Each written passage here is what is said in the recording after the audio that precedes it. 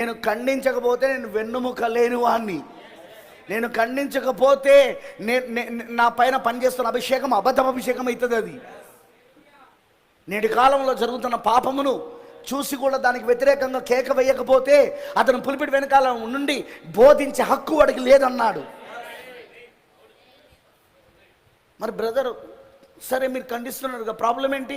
Problem ఎవరికైతే ఆ ఖండింపు జరుగుతున్నదో వాళ్ళను సంతోషపరచడానికి ప్రయత్నించాలా. అది మేము చేయంగా. నీకు ఒకటే చాయిస్, మార్మన్స్ పొందుతావా సస్తావా? ఒకటే. నోవా ఏమన్నాడు? మార్మన్స్ పొందుతావా చస్తావా? నోవా వర్తమానం అది. మార్మన్స్ పొందుతావా చస్తావా? అంతేగాని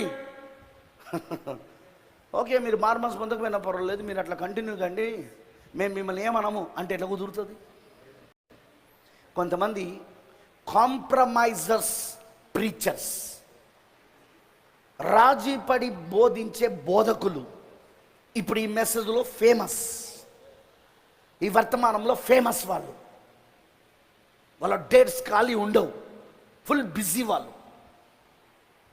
ఎందుకంటే కాంప్రమైజర్స్ వాళ్ళు. బ్రదర్ సిస్టర్ జాగ్రత్త. You must see the anointing of the holy spirit. పరిశుద్ధాత్మక అభిషేకాన్ని చూడాలి మనం. టేపులు బోధించినవే బోధించమన్నప్పుడు మన టేపులో ఆయన ఖండించాడు. సో ఇప్పుడు ఖండించాలా లేదా? మర్మములు బోధించాలా, ఖండించుడు కూడా చేయాలి. అంత వర్తమానం బాగుంది కానీ మసాలా బాగాలేదు, కుదరదు. అది మసాలా కాదు, అదే అసలైన వర్తమానం. నువ్వు దేవుని దృష్టిలో పెట్టుకొని ఇక్కడ బ్రతకాల.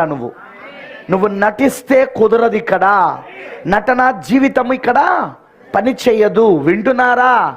మనుషుల దగ్గర మనం మంచి సాక్ష్యాలు పొందుకోవచ్చు, కానీ దేవుని దగ్గర మనం పొందుకోలేము. అది ఎందుకంటే దేవుడు నేరుగా హృదయాన్ని చూస్తాడు. ఆయన he will see our hearts.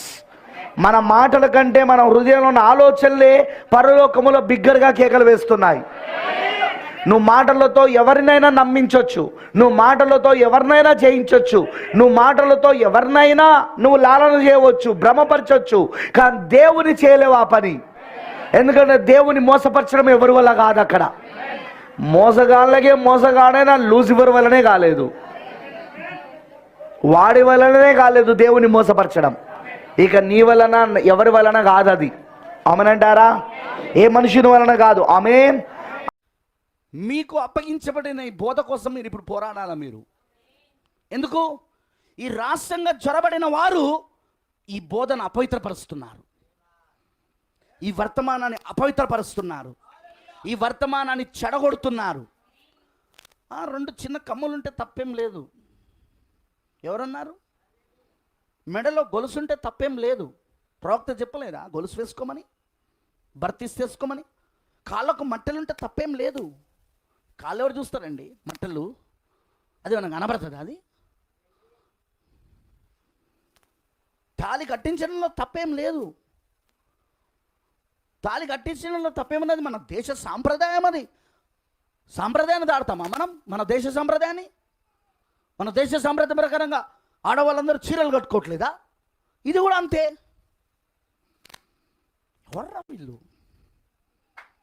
ఎవరు వీళ్ళు అసలు?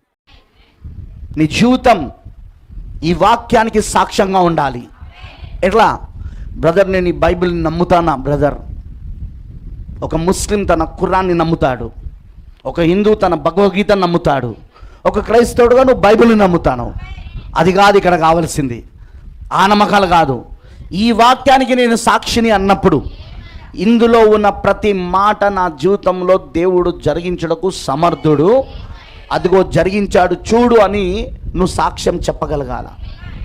అదిగో పలానా విషయంలో దేవుడు నా జీవితంలో జరిగించాడు, పలానా విషయంలో దేవుడు ఈ వాగ్దానం చొప్పున, ఇక్కడున్న ఈ లేఖనం చొప్పున, ఈ వాగ్దానం చొప్పున నా జీవితంలో ఇది జరిగింది, ఇది నా జీవితంలో దేవుడు దీన్ని చేశాడు అని నువ్వు ఆ వాక్యమును గూర్చి సాక్ష్యం ఇయ్యగలగాలి.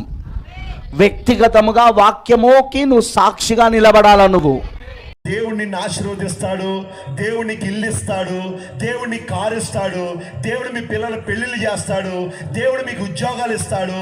ఈ బోధ యేసు ప్రభుకి రాదంటారా? హల్లెలూయ. వచ్చు, కానీ ఆయన బాగు చేయలేదు. ఆయన హెచ్చరిక వర్తమానం చేశాడు ఆయన. హల్లెలూయ. ఏ వర్తమానం చెప్పండి? హెచ్చరిక వర్తమానం. ఆమేన్. ఈ రాత్రి మేము అదే చెప్పడానికి వచ్చాం. హల్లెలూయ.